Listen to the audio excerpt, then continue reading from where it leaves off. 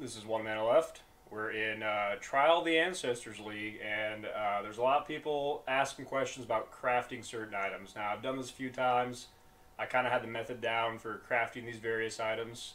So I'm going to go over 4 items in this video that I've gotten most questions on crafting. In additional tips video a little while back, I did a bit of an explanation on the boot implicits, but I didn't really go over the way I craft boots. There's a couple I'll try to go over.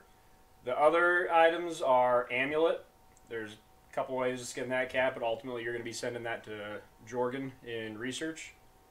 There's belt, and then lastly there is this large cluster jewel, which looks a little bit different than the large cluster jewel that most people use.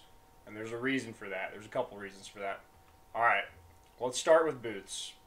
So, boots, we kind of went over in the other video, the implicits, how you get them, but I'm going to go over the methods to craft them. Now, this is what I found is the easiest way to craft a really good pair. You can technically craft a better pair than this, but you would need to do it on a Sork boot pair that you manually fracture abyssal socket on, which is incredibly expensive. And at the end of the day, you're going to get a pair of boots that has maybe like 100 more ES, or probably 70 more. So your character might get like 400 more ES out of that. It's significantly more difficult to craft though. So that's the absolute like upper echelon. You're paying tens and tens of divines for another 400 ES. But this is actually a ridiculously cheap way to craft boots. So the way you do it is you get a hybrid pair that's armor ES, and you get fractured mana. Now I realize the price will probably go up after I make this video, but I consistently buy these for like 5 chaos. You can be Zealot, Crusader, whatever. It just has to be hybrid, int, and strength, because that way it can roll int and strength. Then you're going to use a 3-socket resonator on them that has hollow fossil, fundamental fossil, and sanctified fossil. This combination you're trying to hit just the suffixes. So abyssal socket is a suffix. You ideally want to have strength and int as well as a suffix.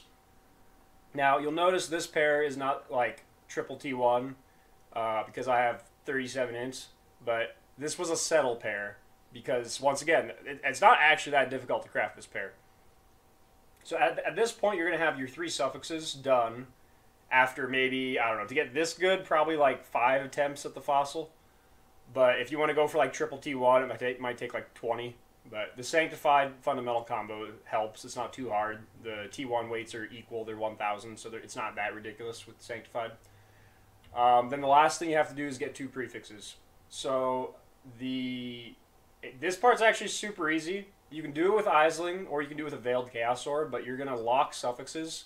The cheapest way to do that is not to spend 2 divines, but to instead use a Wild Bristle Matron, which is one of the special bestiary beasts that it's only worth like 0.6 divines right now, so it's over 3 times cheaper than actually forking up 2 divines for the Manabond. If you use that beast on these boots, the only Manabond it can roll is suffixes can't be changed.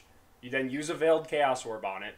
If you hit an additional stat, unfortunately you have to use Eldritch Null, which is fine because they're just regular uninfluenced pairs, so all you have to do is make Exarch higher, and you can target prefixes or vice versa. So if you hit a bad mod, which is pretty unlikely because it would have to hit 3 prefixes with the fracture, that very, very unlikely it hits that. But if you do hit the veiled mod plus an additional mod, you can clean it with a veiled an Eldritch Null by having the right influence higher. It's really cheap and easy. But it's kind of 2 out of 3 or 1 out of 3. So you don't want to hit Onslaught. You can hit move speed if you haven't been hit recently. And the third option is the chill immune. Now, when you get ready to actually unveil, I would go over to the bench and block Hybrid Life. That way you're pretty much guaranteed. I think you are guaranteed to get one of the 3 move speed mods if you block Hybrid Life. From that point, though, if you hit chill immune 1 and 3, or move speed you haven't hit recently 1 and 3, you're done. Because the last thing you can get is freeze immune. Now, Brine King's a pretty good Pantheon because it gives you freeze immune and 50% chill reduction. But this Wombo combo here gives you full chill and freeze immune, which then frees up a major Pantheon, which is kind of a big deal because you can get the middle 2 are pretty good. This one's really good for bossing, but this one's really good in general. It's pretty much always a 6% LE damage reduction, 10% chance to avoid projectiles, and 8 flat fizz reduction and 8 move speed if you're in like a packed environment like Delve.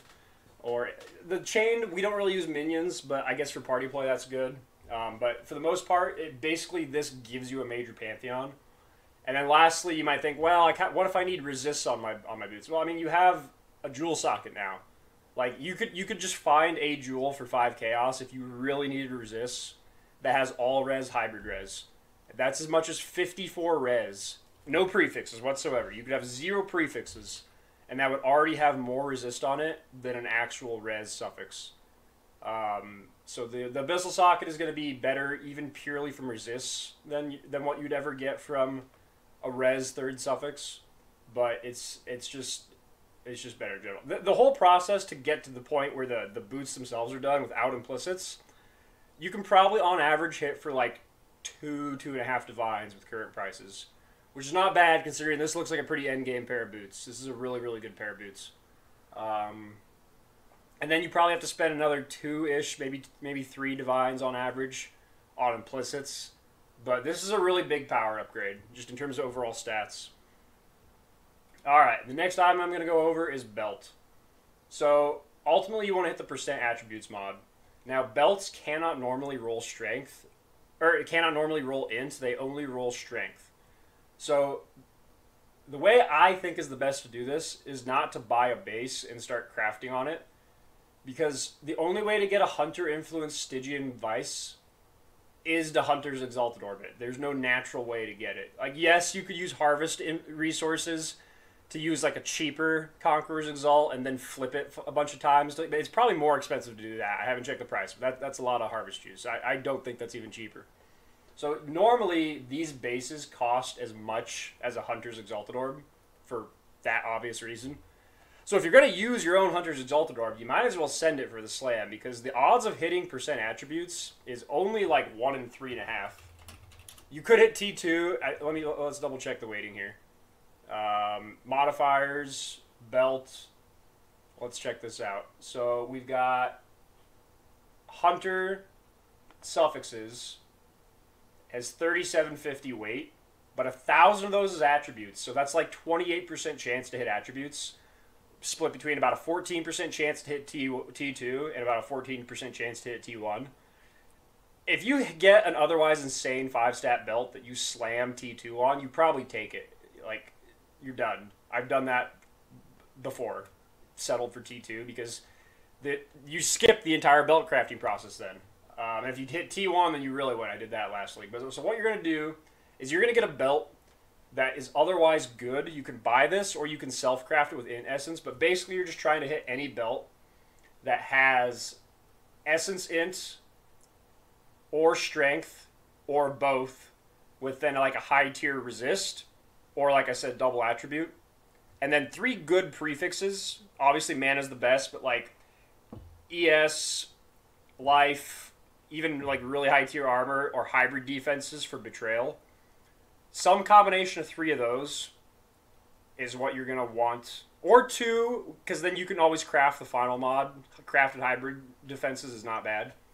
And you're going to have a belt that's not influenced at all. Like I said, you can buy what I just described probably for like 40 chaos that has an open suffix. What I did with this belt is I missed the slam, spoiler, but the last 2 leagues I've actually hit the slam. I've been on the lucky side. But I just crafted the res suffix to cap my resists. And then when I got ready, I had some money sitting around. I decided, okay, it's time to craft the belt. I uncraft the crafted res, put a prefix on instead, or if it has 3 prefixes, send it.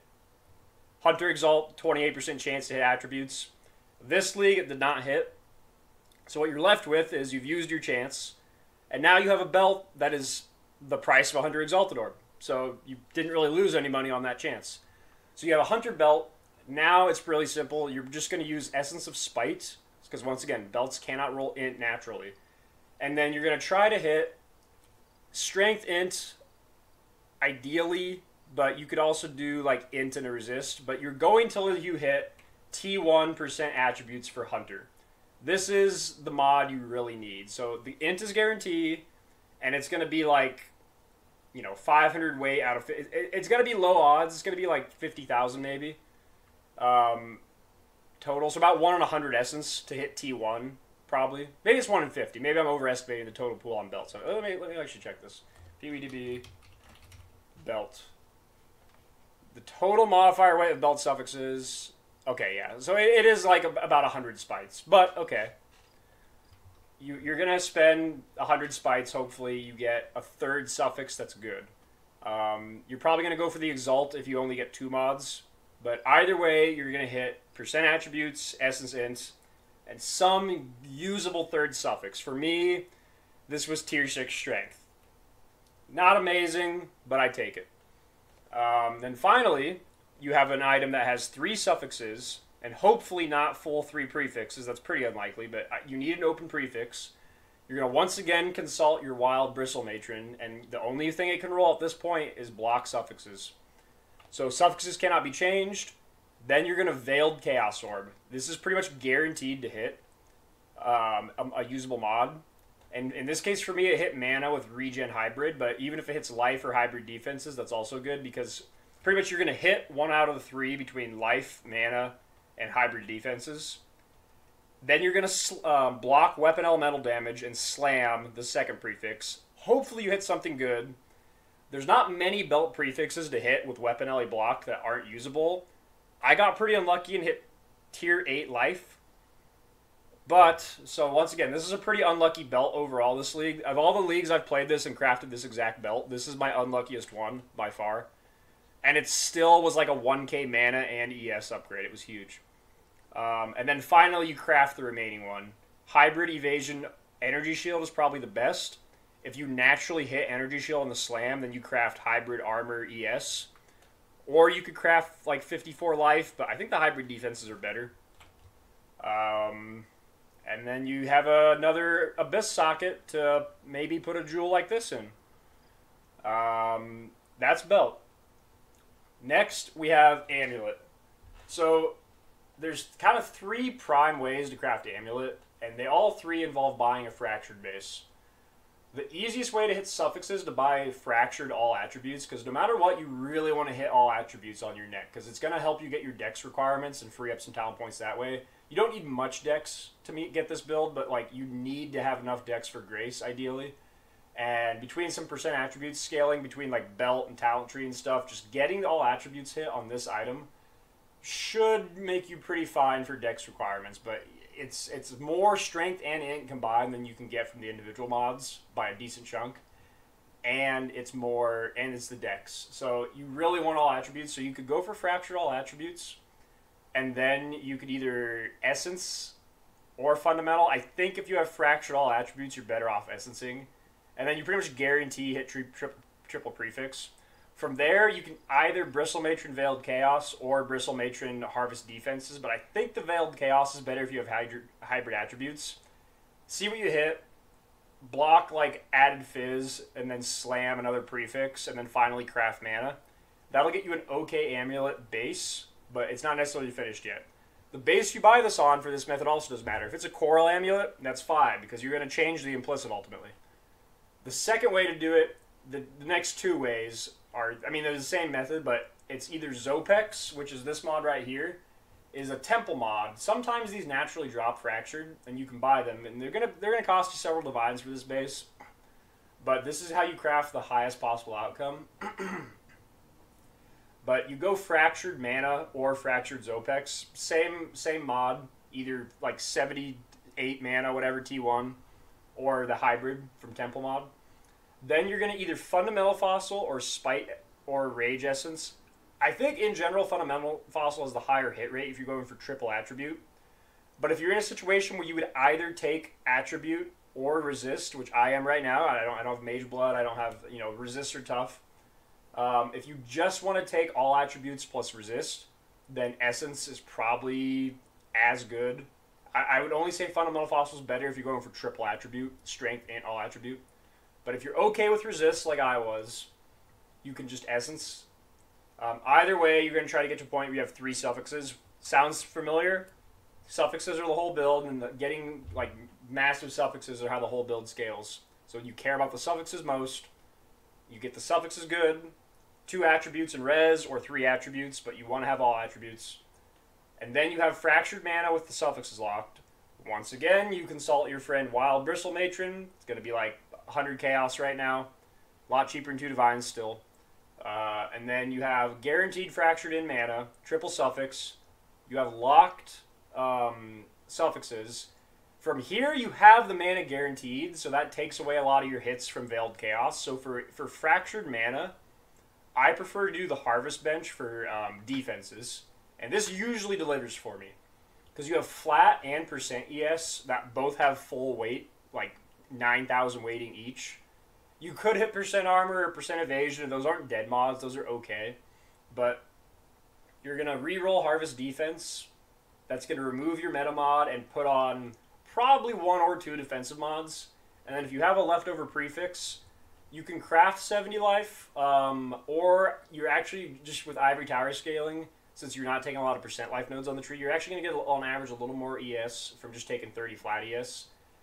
And then once again, the amulet is done, but all these amulets now, remember, the implicit doesn't matter, because to get the good amulet, an agate is the best base naturally, so 28 strengthen is pretty good. But if you want to go over the top, you're going to want a 3-rat talisman. 3-rat talisman is like the best amulet possible. Now, you can get that yourself by having an uninfluenced amulet and taking it to Jorgen. Jorgen is a member of Betrayal. He's right here, but I haven't unveiled or unlocked him yet. But if you get him into Research, Tier 3, he gives you a bench that turns a non-influenced amulet into a talisman. There are 7 Tier 3 talismans. If he's Tier 3, he will give you a Tier 3 talisman. If he's Tier 4 in Katarina, in the Mastermind safe house, he'll give you 2 benches that are also Tier 3. And there's 7 possible implicits on Tier 3 talismans, and one of them is percent all attributes. You're going to want to make sure you catalyst beforehand, because that scales the talisman mod. And we're early in the league right now, so I haven't finished this craft. I've sent 2, and I've bricked both. But if you do happen to luck out, you might just hit an amulet like this. This is the Fractured Zopex. Tier 2 this is a stupid item. If you hit this, you win the game. People always ask, does a Great Wolf Talisman with percent attributes, percent mana beat a 3-rat? Usually, if it's a really high roll on the attributes, it can beat a 3-rat. It can beat most 3-rats, but the best 3-rat still beats a Great Wolf, and this is what the best 3-rat looks like, and this beats a Great Wolf. Alright. There's one final item, and this is an odd one, because pretty much everything I've said so far, there's kind of some way to buy it. Like, you could buy a really good belt. It's kind of niche for this build, but it'd be hard, whatever. You could, though. You can buy boots, but for the large cluster jewel, we have 2 that we run. The first one is just to try to get 10 all-res with Prismatic Heart, which needs to have widespread in the back, so you need, like most people's large cluster jewels, you need to have 3 notables. This puts the bad one in the back with the right combo and the good 2 in the front that you can get. This is how most people's large cluster jewels look. However, there are some large cluster jewel talents that cannot possibly be in the front together. Scintillating Idea is the best overall one for mana stacking, and then Storm Drinker you need 1 of. Having 2 of these is pointless, but you need 1 Storm Drinker. Gives you 8 pen, which is very nice, but it gives you lightning damage, leashes, energy shield. So we have a lot of ES, but you have to usually sacrifice something to get sources of ES leech.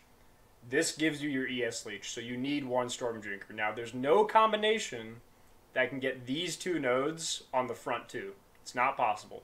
So this has to be on the back. Meaning, normally, if you took a 3 notable like this, no matter what, Storm Drinker is going to be on the back. No matter what.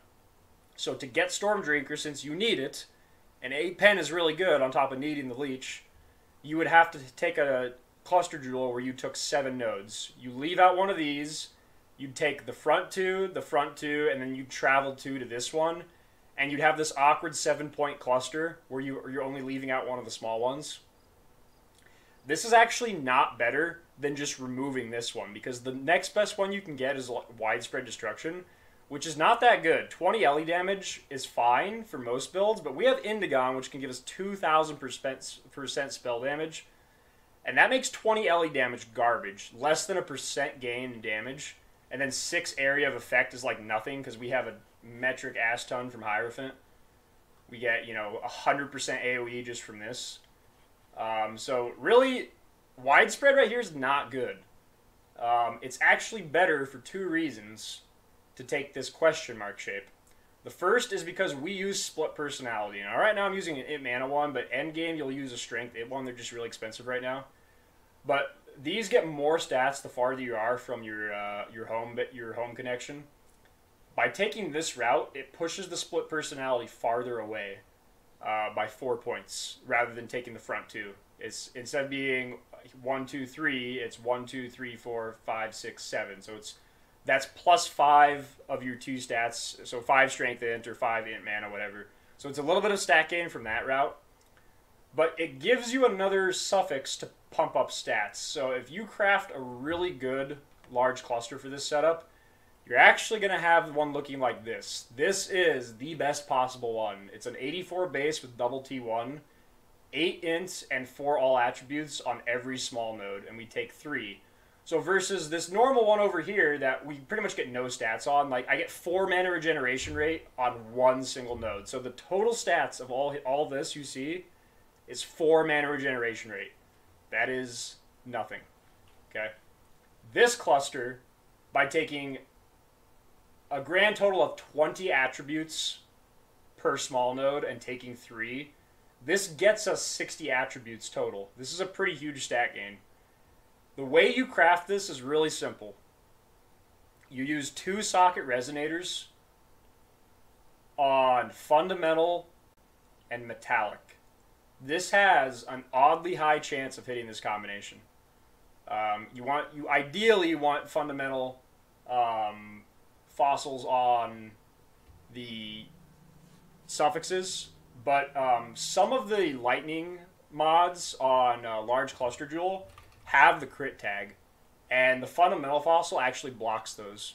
The mods we want do not have that tag, but some of them have the crit tag.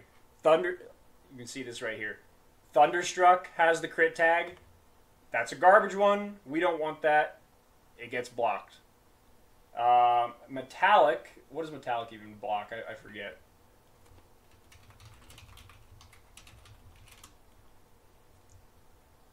I don't even know. No physical. I don't think there's a physical. But okay, so yeah. It does give you pretty high chance of hitting the Storm Drinker plus Scintillating combo. You'll hit that combo like every probably 30 to 50 fossils. It's not that uncommon. And then ideally, since you used a fundamental, you get some attribute suffixes. Or resists are fine. If you hit all res, that's really good pre-Mage Blood. But people really don't list this specific type of cluster jewel because even if they're rolling lightning clusters and they see this combo, they're going to roll over it because they're going to be like, oh, it's a 2 notable. No one buys these. When that's exactly what we want for this build. Like you can POB any combination. There's no 3 notable passive. There's no other combination that gives us more stats than this cluster jewel right here. So every league I end up crafting something like this, and you use 2 socket, fundamental, metallic. And the fun part is, when you're done, you might later in the league decide that you can synthesize it because what the heck did I just log into? Alan Iveryson, no. We're going back on a Draybond. If you, pretty much every league I have to craft exactly that cluster, but at the end when it's all said and done, if you really want to sprinkle on that last little bit of stats just to flex, you can synthesize it. And I managed to get a triple synth implicit on what you can see is the exact same large cluster as this league. And I got attack speed, which is very nice. And then life and melee damage or whatever. Technically that's a little bit of leech and a little bit of ivory tower juice, but that's what the chef's kiss finished product looks like. But if you POB that against like most large clusters, that smokes it. And they're not that hard to craft with fundamental metallic. Alright, well, that's the 4 most common questions I've been getting about crafting. So now I guess I'll have this video to link if people have questions. I'll see you next time.